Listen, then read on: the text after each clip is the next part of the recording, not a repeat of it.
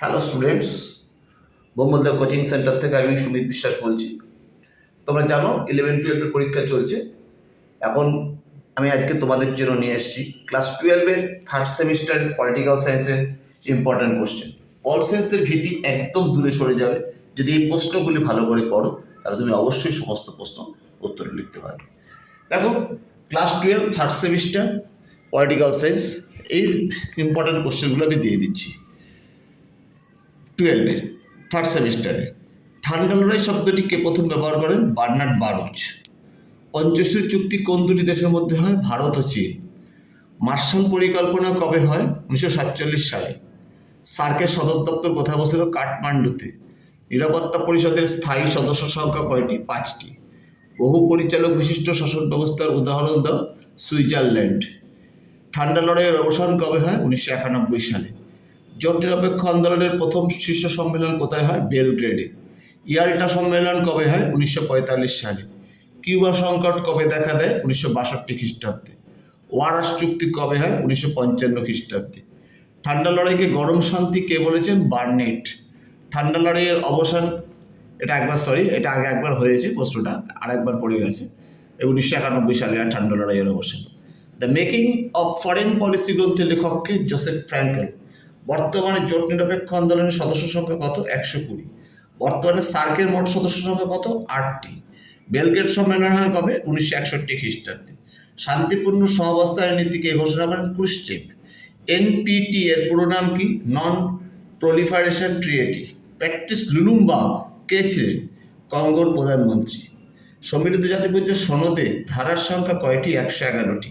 জাতিপুঞ্জের সনদ কোন সম্মেলনে গৃহীত হয়? San Francisco.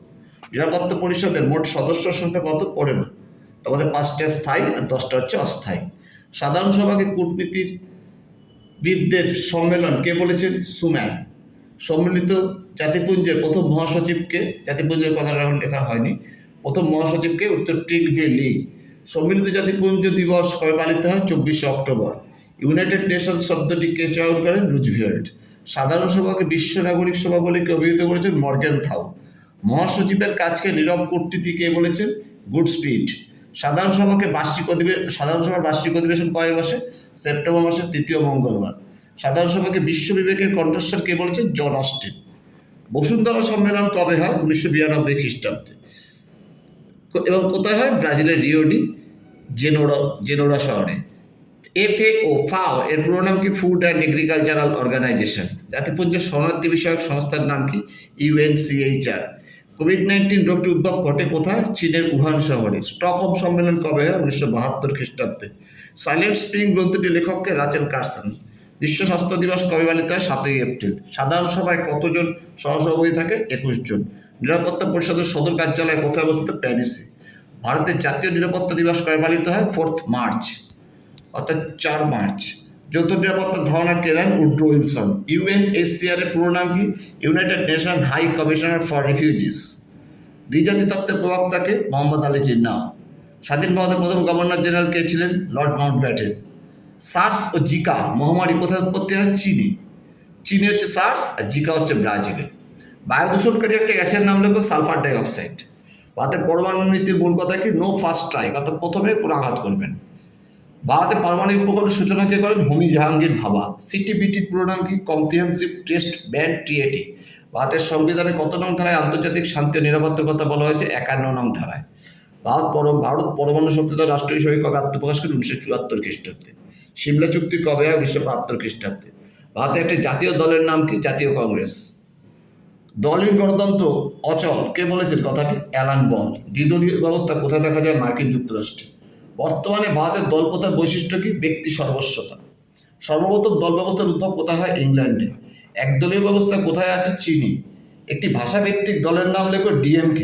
রাজ্য পুনর্গঠন কমিশন কবে গঠিত হয়? 1953 সালে। এই কটা প্রশ্ন তোমরা যদি ভালো করে পড়ো, তাহলে দেখা যাবে যে তোমরা সমস্ত প্রশ্ন ভালো করে অ্যাটেন্ড করতে পারছো। এই প্রশ্নগুলো তোমরা ভালো করে দেখে যাও।